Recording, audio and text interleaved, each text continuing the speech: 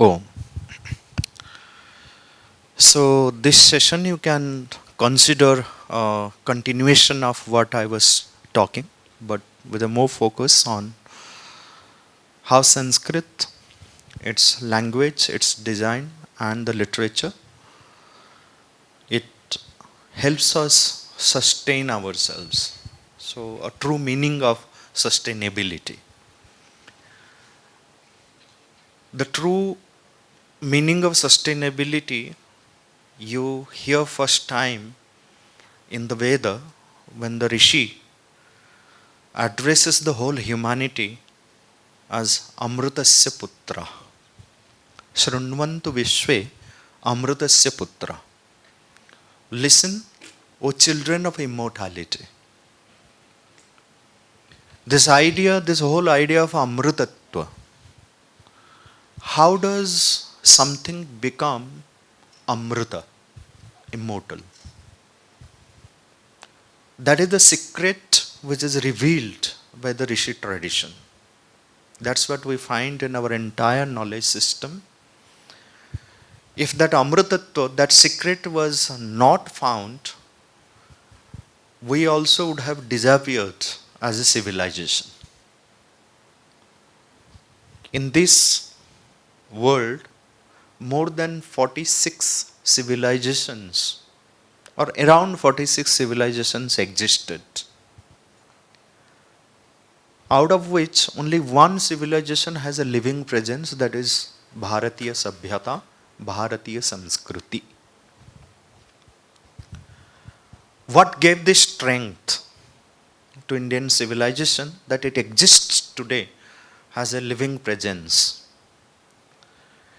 It is the Samskriti, not the culture. Please remember there is a hell and heaven difference between culture and Samskriti. The culture can be the outer rituals, all kinds of, like rites, rituals, costumes, foods, anything that you see outside, that is what is defined as culture. But Samskriti is the inner life, the vision that the rishis had, the drishti. It is the jivana drishti which defines what Samskriti is. If you by chance find a book by D.V.G., D.V. Gundappa, is the doyen of Kannada literature. He has written a small book called Samskriti. The name of the book is Samskriti. There, he defines a cultured or a civilized person. And this is what gives sustainability to our Samskriti, our Sabhyata. He speaks of 5 symptoms. Like morning I gave you 5 dhakara. Same Gundappa ji, he gives 5 symptoms of a civilized person. His the first symptom is स्वस्थान परिज्ञान. स्वस्थान परिज्ञान, इसका मतलब है, हम बोलते हैं ना, अपना औकात जान लेना पहले. Who am I? मेरा स्टेटस क्या है, मैं कहाँ हूँ, मेरी मर्यादा क्या है. जो मर्यादा का उल्लंघन करता है वो संस्कारशील पर्सन नहीं है. अपनी मर्यादा में रहकर जीवन जीना और जीवन को व्यवस्थित करना. स्वस्थान परिज्ञान, first symptom. Second symptom is परंगित परिग्रहण. To understand the intention of others and then acceptance of others also. What one wishes, what other than me, what is the intention of the person who is talking to me, what lies me outside, what lies outside of me. So how do I understand the outer world? Parangita parigrahan. The third symptom is swartha niyamana. a regulated swartha. No one in the world can become free from swartha. It's not possible. It's not possible to have niswartha, to be niswartha. It's not possible. But one can have controlled, regulated swartha, swartha niyamana. Where to be swarthi and where not to be swarthi. Like a beautiful a thing is there in Chanakya.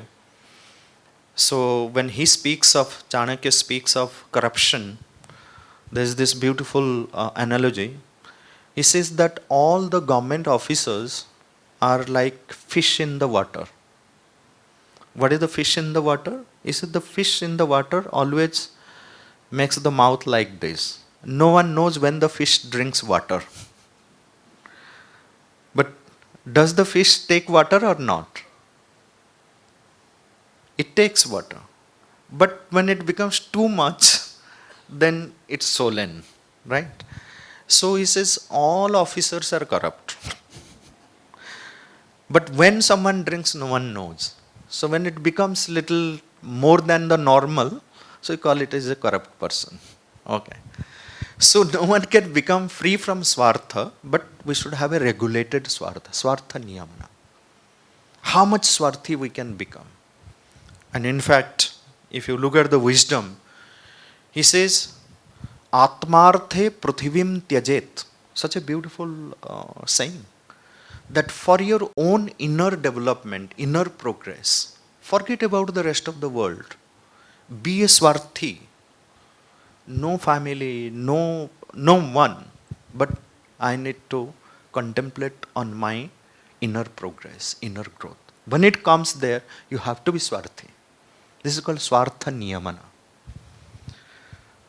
Then the fourth symptom is samanvaya drishti. Samanvaya drishti. You should have a synthetic vision, not partial vision. Reconciliation of the truth. But before one reconciles, one should know what is truth. So, samanvaya drishti. And then the fifth symptom, he says, is sarasata. There has to be this, one has to be amicable. Sarasa. Not a dry personality, devoid of emotions. It should be refined emotions, right? Sarasata. If these 5 symptoms are there, one is to be regarded as a cultured or civilized person. And if you look at our rishis who really laid down the foundation of this sabhyata, this civilization, they all showed these symptoms. Right? Now, if you look at the literature, it is these rishis, because of their samanvaya drishti, because of their sarasata, because of their maryada simita, maryadita, they never went beyond. Rama is called Maryada Purushottama. And one needs to have so many qualities in order to raise oneself to that status of Maryada Purushottama.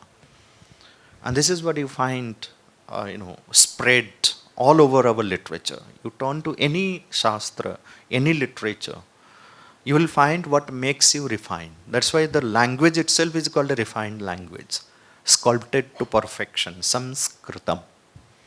The very design of it. And what gives immortality is when the Veda calls the whole humanity as Amrutasya Putra, you are the children of immortality. Which even the god of death is afraid of the children of immortality. One fears not anything. That's how we could sustain ourselves. In spite of so many invasions, so many attacks, we have sustained ourselves. What is the secret? Amrutatva. We need to understand what is Amrutatva, immortality. What gives sustainability. So behind this whole idea of Amrutatva is Chandas. Chandas. Please remember this word, Chandas. Now, if you ask any Sanskrit person or whoever has studied little bit of Sanskrit, he'll say, what is Chandas? He said, Chandas, oh, Anushtup, Trishtup, Shikharini, Shardula Vikriditam, Bhujanga Prayatam, Sragvini, Mandakranta.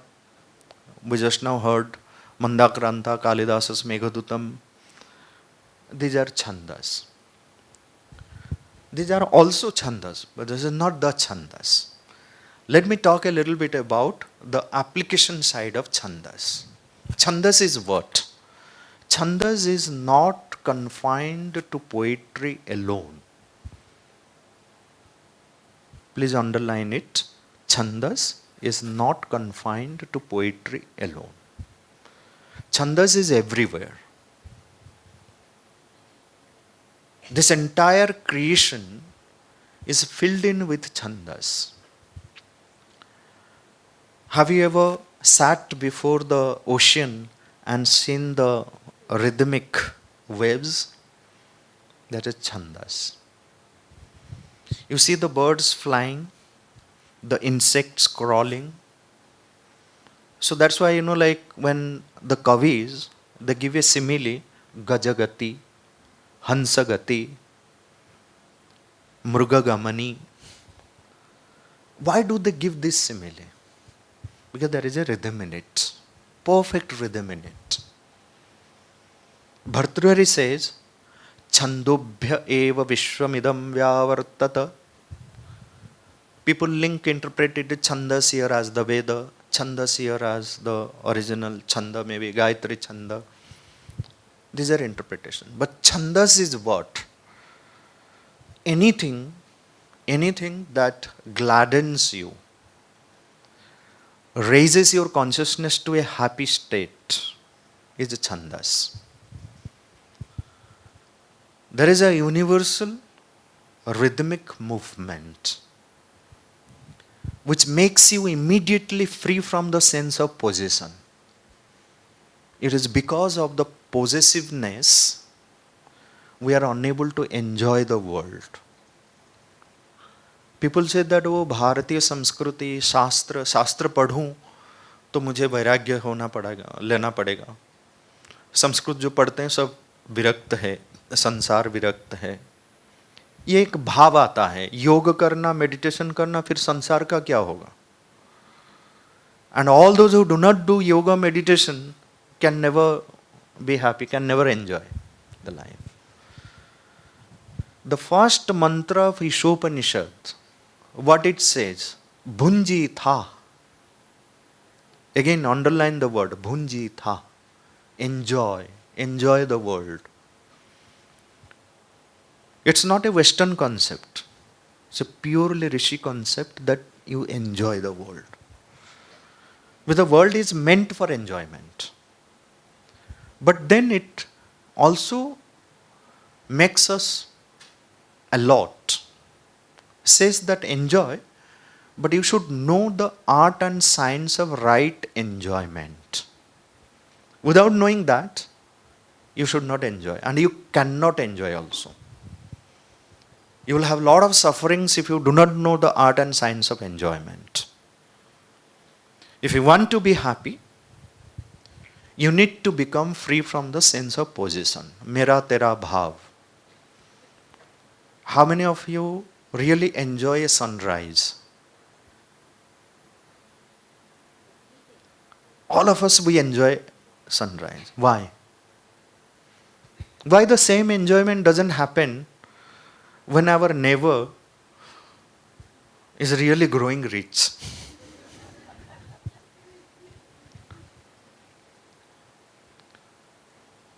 Why do you enjoy most the sunrise, sunset, or something in the nature when you sit in front of an ocean, when there is cooling breeze, when it's raining, when the birds are flying, when beautiful formation in the sky of the clouds?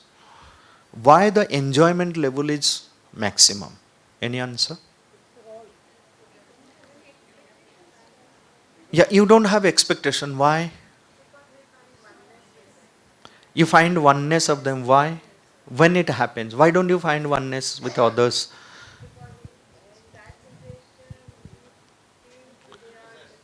Yes. So at that moment, there is no sense of possession. No one will say that today sunrise is mine, no one else can enjoy.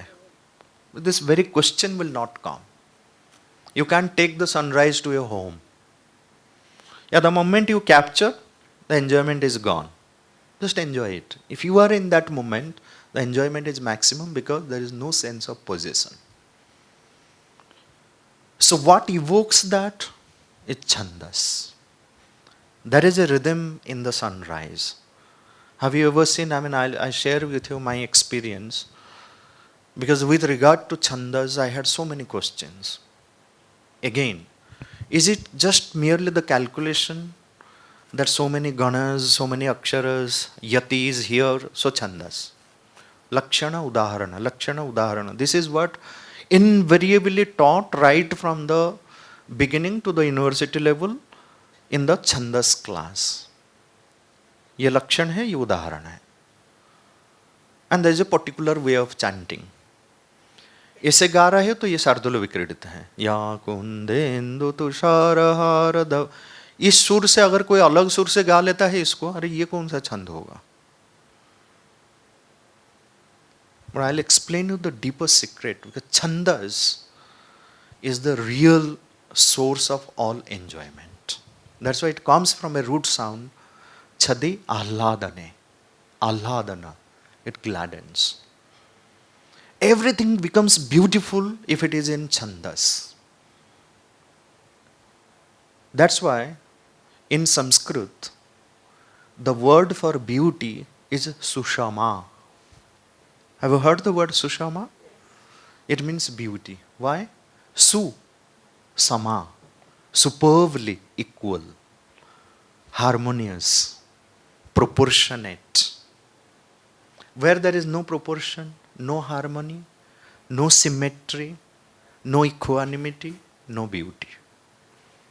A single word defines what beauty is, sushama, superbly equal.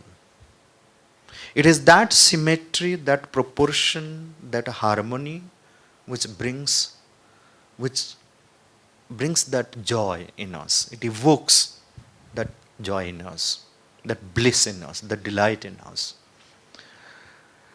And a constant use of chandas, it can remove completely the sense of possession from us by aligning ourselves with the universal rhythmic movement, the cosmic chandas.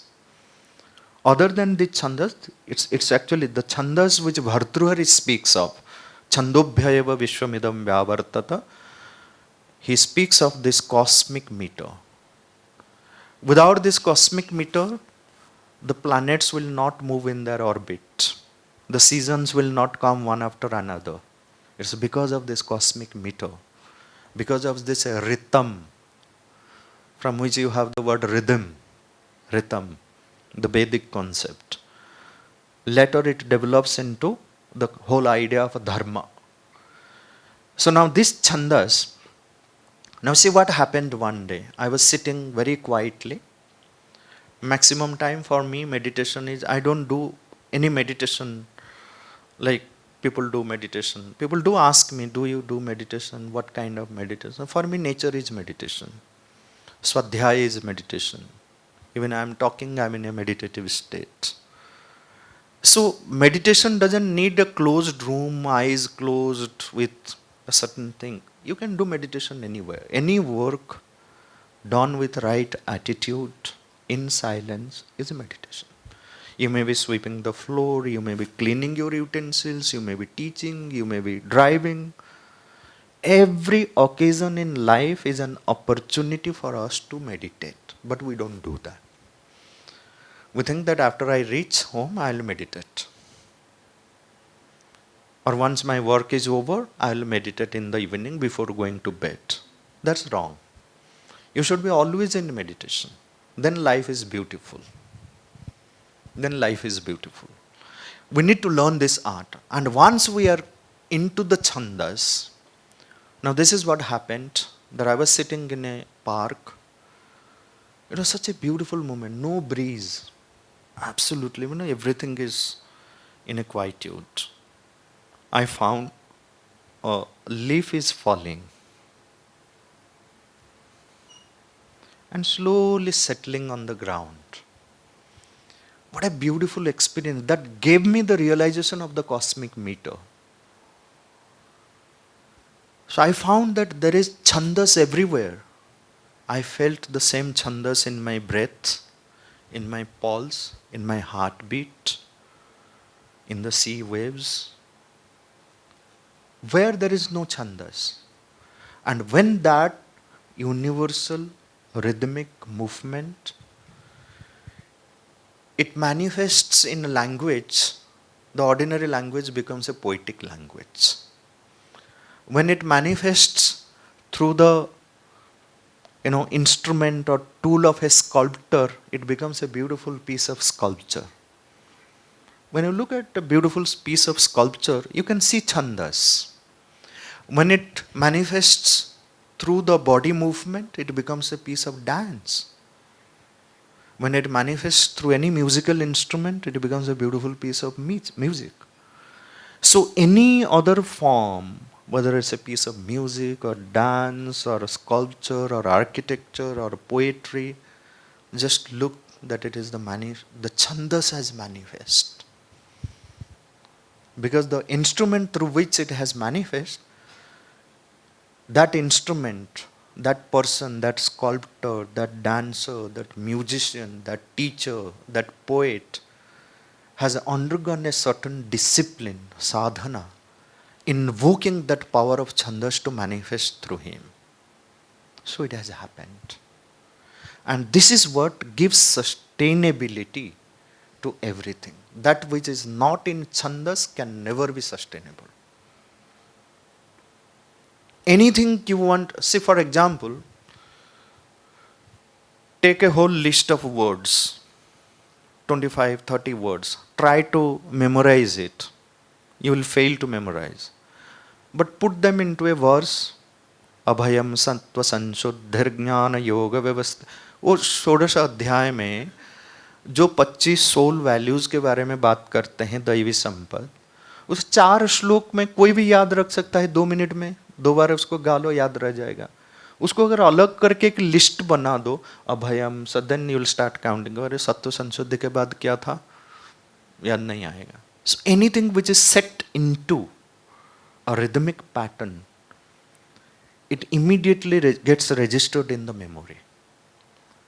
How many of you have observed that however great your stammering may be, while singing, no stammering takes place? Because the chandas takes care of the flow. Many great singers, many great stammerers are also great singers. You don't stammer while singing because there is chandas. That gives immortality. Anything which is set into the rhythmic pattern. Look at the temples, thousands of years old. What technique they employed, what sophisticated ingredients they used, what sophisticated mechanism they used. But thousands of years, do you think that no earthquake happened? No environmental crisis? But they have stood. Anytime you look at it, they create this sense of vastness. You immediately, become elated, uplifted. Why? Chandas. Look at the alignment. Perfect alignment. You see yourself in the temple because it's the same principles. The principles of Pinda Brahmanda is translated. The outer structure, as I mentioned in the first session, is the expression of the inner realization, the inner life. That's how you have a beautiful temple structure and architecture. Do you think no environmental crisis took place?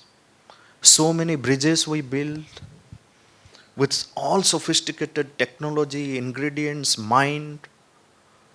What is the life of a bridge, a great building, tower? 100 years, maintenance cost. And look at the maintenance cost of a temple. Zero. Zero maintenance cost. But it is sustained. The principle of sustainability was chandas. Like I'll give you some on the lighter side, little bit of entertaining. You say that immortal songs of Lata Mangeshkar. We say or not? 100 times you listen the same song, you will enjoy it. 2020 hit. 21 no one listens to it. Right? Manna Day, Muhammad Rafi, A.R. Rahman. Such beautiful pieces of music. Again and again you listen. It uplifts you. You never get bored. Why? What's the reason? This again was a question in me, that why certain songs appeal so much? What could be the reason? I started, this is another research which I keep on doing. It's ongoing research. Whenever I listen to a beautiful piece of music or song, anything in any language, my mind starts calculating the timing. Then I match it with the Sanskrit chandas. And believe me, all immortal songs have a basis of Sanskrit chandas. All immortal songs. Any piece of music you tell me or song you tell me, I'll tell you that this is based on Bhujanga Prayatam, this is a Panchachamara, this is Sardula Vikriditam. I'll give you some examples. सरफरोशी की तमन्ना अब हमारे दिल में है. This is a new version, A.R. Rahman's version. This is Tunakam. Chand Munda Dhumra नेत्र रक्त बीज नाशिनी. What I am saying is that the timing of that song and the timing of Tunakam meter, or 15 syllable meter, is perfect. You can maintain the Laghu, Guru, Yati and then sing the songs perfectly. Take the old song also, Sarfaroshi Ki Tamanna. Anyone remembers the old tune?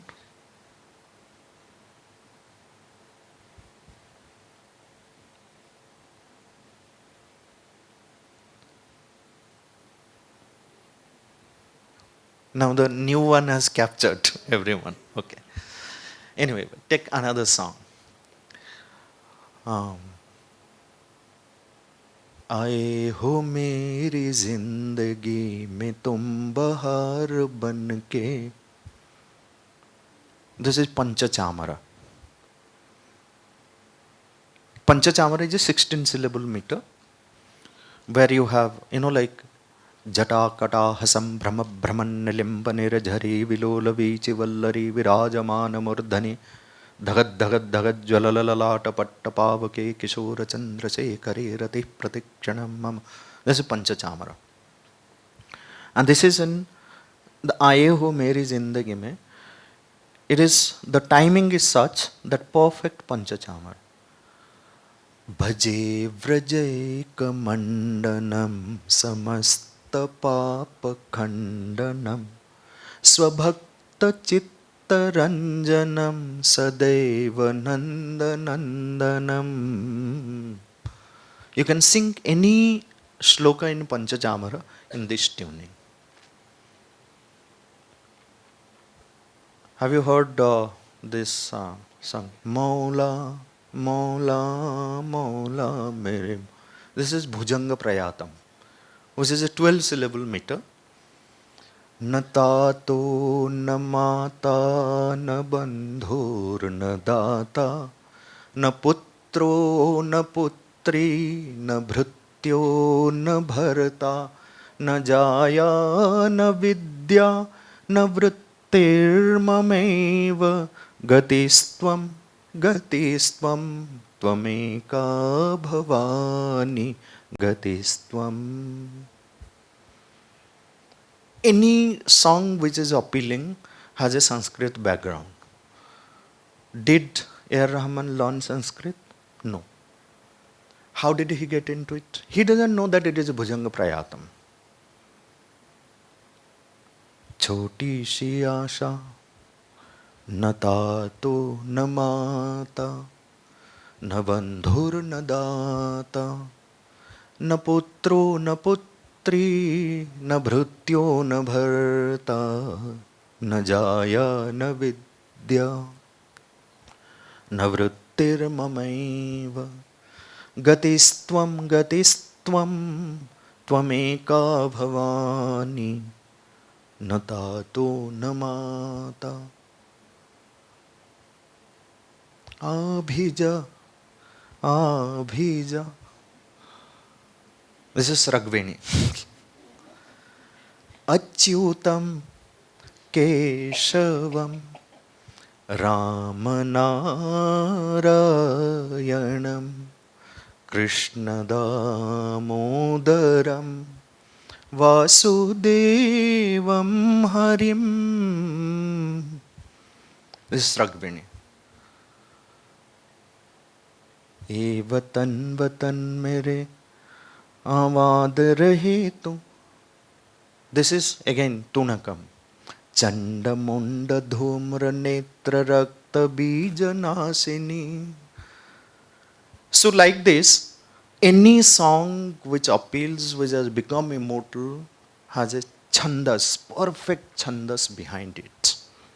That decides, and it doesn't have any barrier of any language. It can happen in any language. It can happen through any tool, any instrument. And our rishis, from their realization, because the rishi says, Yadrugeva dadrushe tadrug uchyate. This is the most important thing about rishi tradition that we must remember. Yadrugeva dadrushe tadrug uchyate. He says, what I saw, I am presenting. There is no mind interpreting. What is seen is presented in an exact manner. Then only one is called a rishi. Rishistu kila darshanat. Drishti, Shruti and Viveka are the three symptoms of a rishi. He has an inner vision to see the truth. He has an inner audition to hear the voice of the truth. And he has the Viveka to distinguish between Satya and Asatya and execute what is Satya. He has the power. These three define who a rishi is. And the rishi, they have shown us the path. How do we align ourselves? If life is not aligned, various aspects of lives, जीवन अगर व्यवस्थित नहीं है, कायेन मनसा वाचा, kaya manovak, that alignment has to be there. We say something, think something, and act something else. That is not sustainable way of living. If you want a sustainable life, kaya manovak, what you act is as per what you say and is as per what you have thought.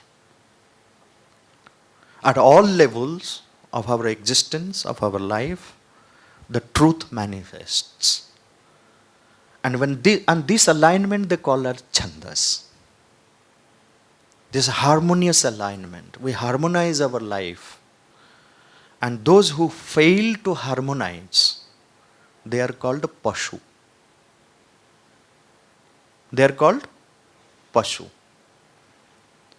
Now pashu is not just animal. But Sanskrit is a very different language. Please remember this. where you can ask why. Why animal is called Pashu? You can't ask this in English. Why animal is called animal? Answer, sit. Here you are free because it's a language of freedom. It allows you to speak. Other languages will not allow you to question. That's why our entire Shastra, if you see Samvada Shastra, Upanishads, it's all questions and answers. I have made a compilation of 350 questions raised by Upanishadic aspirants, answered by the gurus. That's what is Upanishad. 350 questions, fundamental questions. Kasminnu khalu bhagavo vijñāte sarvamidam vijñātam bhavati. Look at the quality of question. It says, tell me that knowing which all is known.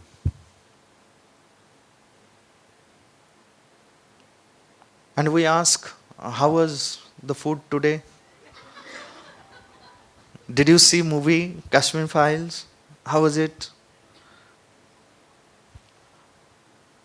The fundamental questions, they do not arise in our consciousness because we are not in chandas. So life is not sustainable, full of diseases, full of problems. And Sanskrit is the language. I'm not talking about what it contains as content. As a language, it can make you free from many diseases. This is perfectly, it is Chandomayi Vani. And the whole purpose of life is to turn the life from its ordinary state to a Chandomaya state. Life becomes full of rhythm. Life becomes full of rhythm. And whoever has not established rhythm is a Pashu. Pashu is not just animal. Pashu word comes from the root sound Pash. Pash means to fix, to bind, to be limited. An animal is called Pashu because it is bound, it's fixed. Not fixed in one place. Like there is a beautiful story. One person carried 2 donkeys and he had only one rope. He wanted to go and take bath. So one donkey he tied, and then there was an ashram nearby. So he went to ask the Sadhu Baba, can you help me one rope? He said, what do you want to do? He said, I want to tie the other donkey. He said, you don't need a rope. You just do the drama of tying. So he went and then tied, and the donkey is just standing there. After he finished his bath, he removed the rope from the other donkey and started walking. And then he saw that the other donkey is still standing. So he thought, maybe the Sadhu Baba has done kuch to tola topa kiya hai. Mera donkey abhi move nahi kar raha hai. So he went and then asked, what happened? He is not moving. He said, have you removed the rope? So you go and remove. So he went and removed, and then the donkey started. That's what is Pashutva. Pashutva is fixed. A fixed mind person, obstinate person is also a Pashu.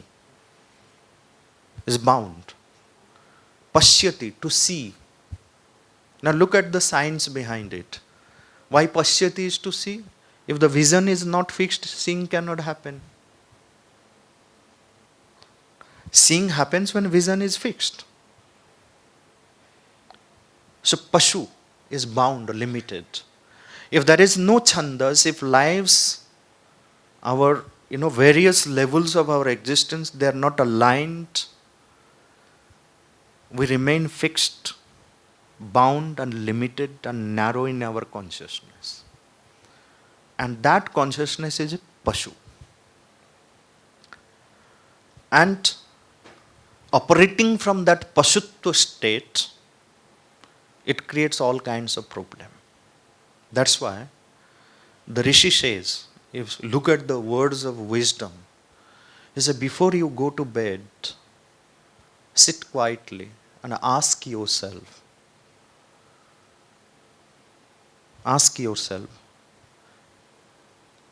किन्नु में पशुभिस्तुल्यम किन्नु सत्पुरुषैरिति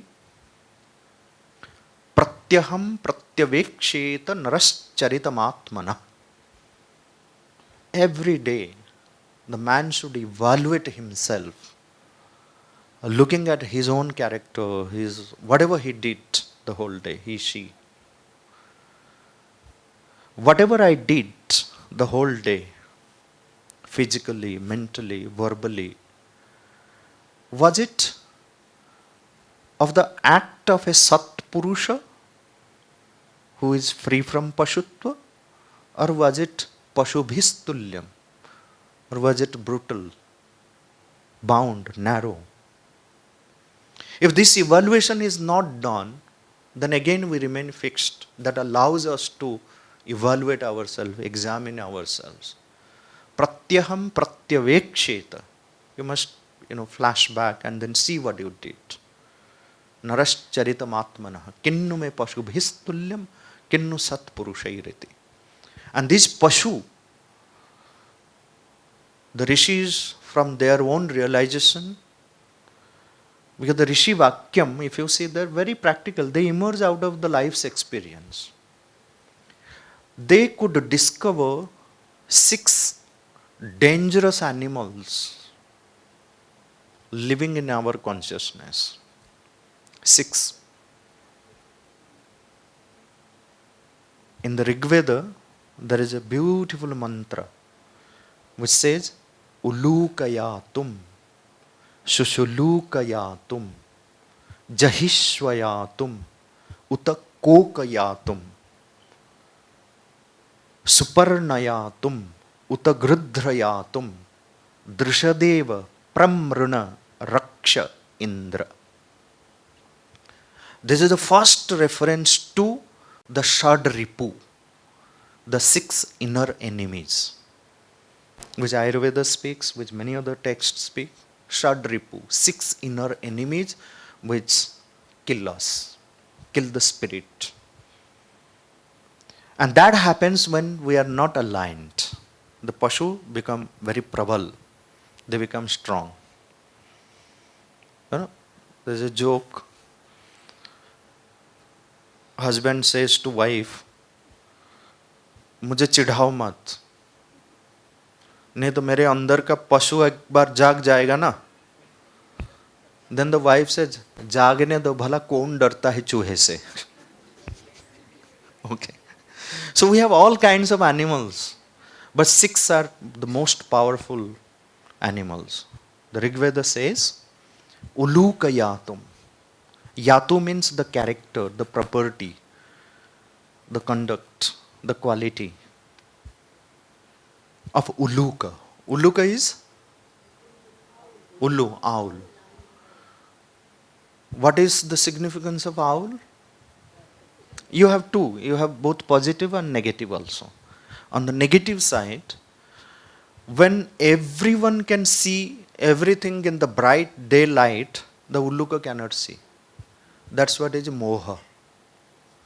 When someone is deluded, seeing one doesn't see, hearing one doesn't hear. The person is right in front, but you don't see the person. That's why one disciple asked his guru, he said, I don't understand why people shout at the top of their voice when they're angry when the person is right in front. इसकी चिल्लाने की क्या जरूरत है? वो सामने ही तो है. The Guru said that the moment you get angry, immediately there is a psychological distance which is created. You don't see the person right in front of you because of that psychological distance. And then you need to shout. That is what is the moha, resulting out of krodha. One single negative element can give birth to so many other negative elements. So Uluka represents moha. Ulukayatum, Shushulukayatum. Shushuluka is Bhediya, the wolf. The wolf's digestive system is designed in such a manner that anything you put into it, it immediately gets digested.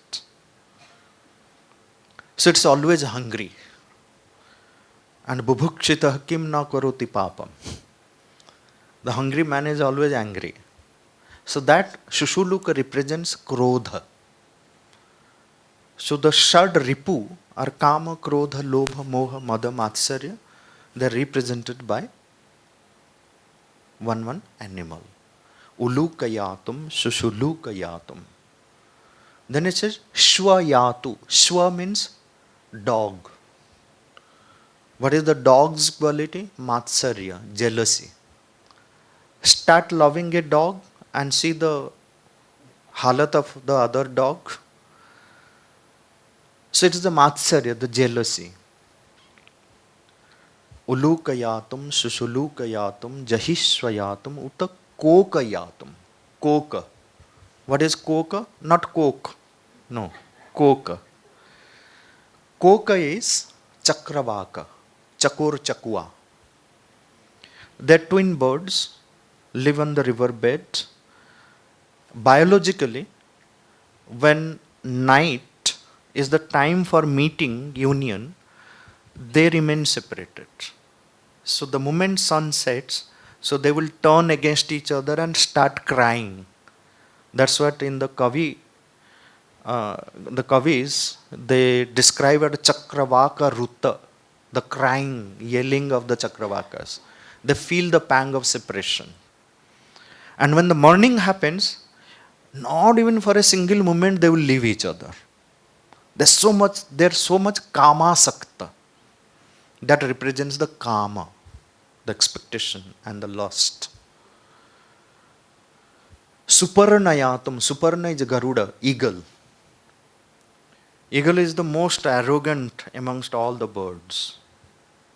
So arrogance, mother, is another negative component in us.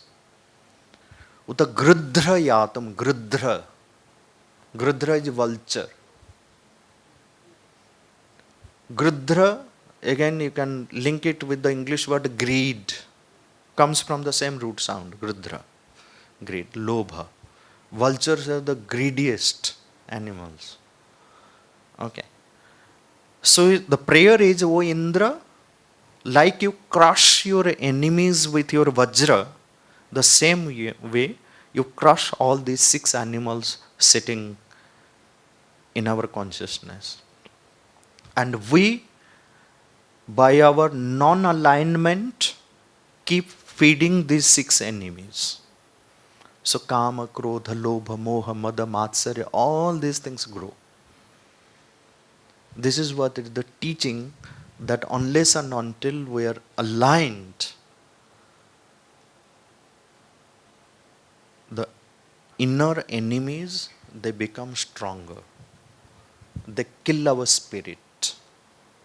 They make us deena, wretched. That's why the Rishi makes a prayer.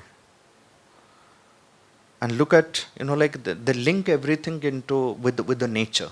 I mean, we also have to take into consideration the topic, that environment, the inner and outer environment. It's not just the physical environment, like I was moderating a session, Jal, Jungle, Janwar, and there were many environmental scientists who were sitting. So they talk about the principles of conservation, preservation, plantation, this and that. I said, however, you may be planting crores of trees, it's not going to help protect environment. The moment you think that we are going to protect the nature, there is no biggest fool than you. Nature has its own mechanism of protecting itself. We should not disturb the nature. What disturbs the nature?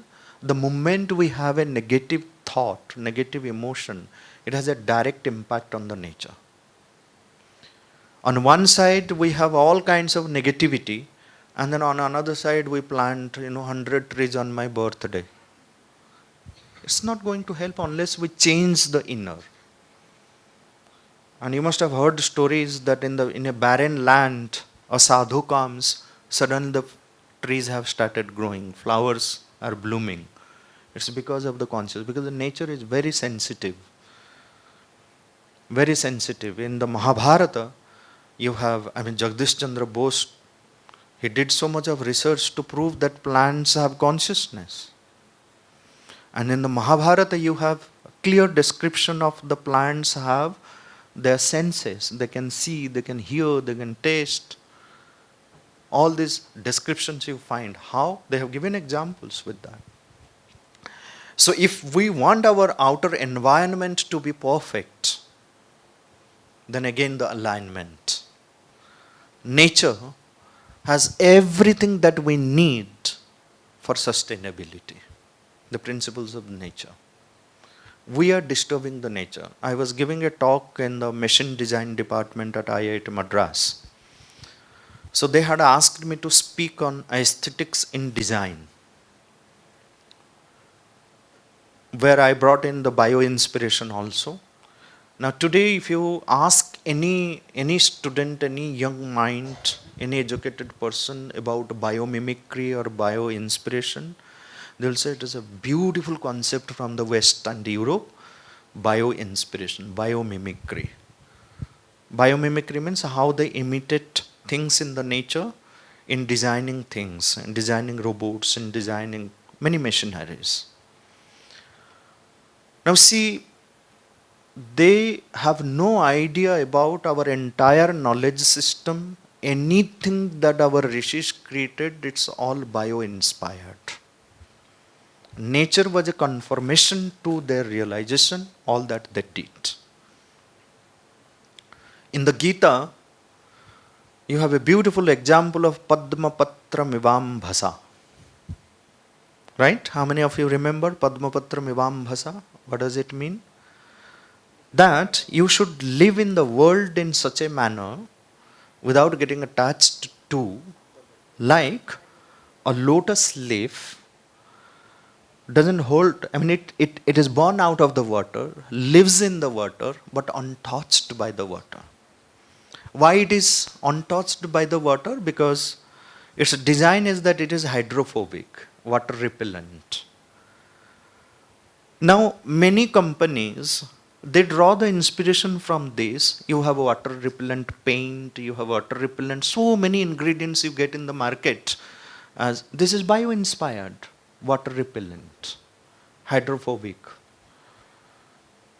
Padma Patra Mivam Bhasa.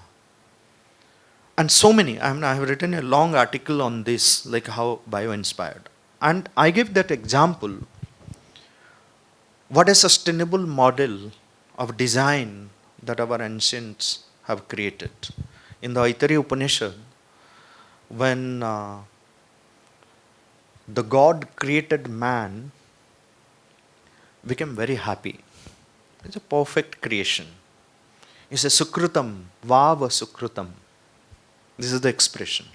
Sukrutam, Vava Sukrutam. Vava means, like in English you say wow. Okay. This is the original word maybe.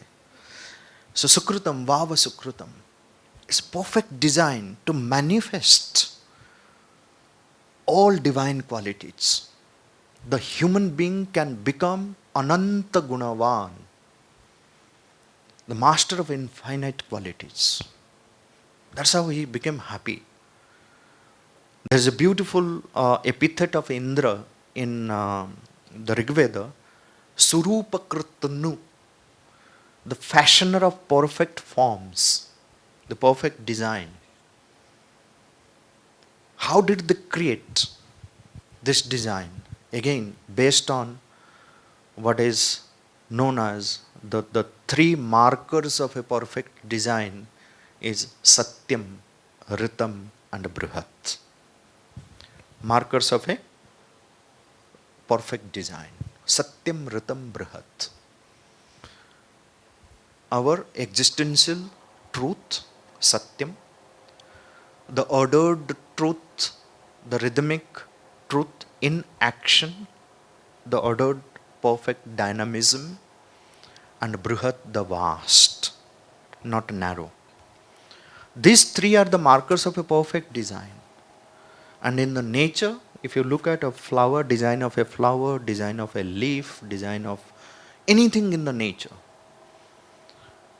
That's where the rishis, they could feel, they could see, they could experience, and they could, you know, express it in the same manner. Some rishi must have felt a snake moving in a particular manner, and he felt a rhythmic movement in him, found a perfect rhythm expressed in the snake's movement, translated it into a rhythmic pattern, called it Bhujanga Prayatam. You know why the name of the chandas is Bhujanga Prayatam? How does a snake move? Zigzag. How many times it goes straight and how many times curved? Is it straight? No. Now, if there is no straight movement, how does the snake reach the destination? If your motorcycle handle is locked, where will you reach? Revolving round and round and round. In order to reach the destination, there has to be a straight movement somewhere. The snake moves once straight, two times curved. Very subtle. Normal eyes cannot match it. So, in Bhujanga Prayatam meter, you will find a short syllable imitating the straight movement of the snake, followed by two long syllables. Na, ta, to, na, ma, ta, na, bandhur, na, da, ta. Now, this is chandas. When you are reciting it, you are manipulating the breath in a very rhythmic manner that makes a natural pranayama. You don't need to do pranayama separately. Just recite some chandas, verses written in various chandas. See how beautifully, naturally your breath gets manipulated. And then if there is rhythm, symmetry, proportion in your breathing, you are aligned. Shardula Vikriditam is a 19 syllable meter. Shardula means a tiger. Vikriditam means play. What does it mean, tiger's play? What connection it has with the verse? Ya kundendu Shardula Vikriditam. कहाँ बाघ खेलता है यहाँ पे? If you observe, when a tiger wants to kill the prey, sitting very much poised, leaning back, eyes on the prey. When the prey comes close, the first पहला छलांग जो होता है बाघ का, the first leap of the tiger is a long leap, followed by short leaps. And in Shardula Vikriditam, you have 19 syllables in each line, 19, 19, 19, 19. The first harmonic pause comes straight on the 12th syllable. From syllable number 1 to 12, you cannot take breath. In single breath, you have to pronounce 12 syllable, like Baag ka pehla chalang. Then on the 19th syllable, Kasturi tilakam lalat patale. Pause. Vakshasthale kaustubham. Pause. नासाग्रे वरमौक्तिकं करतले वेणुं करे कंकणं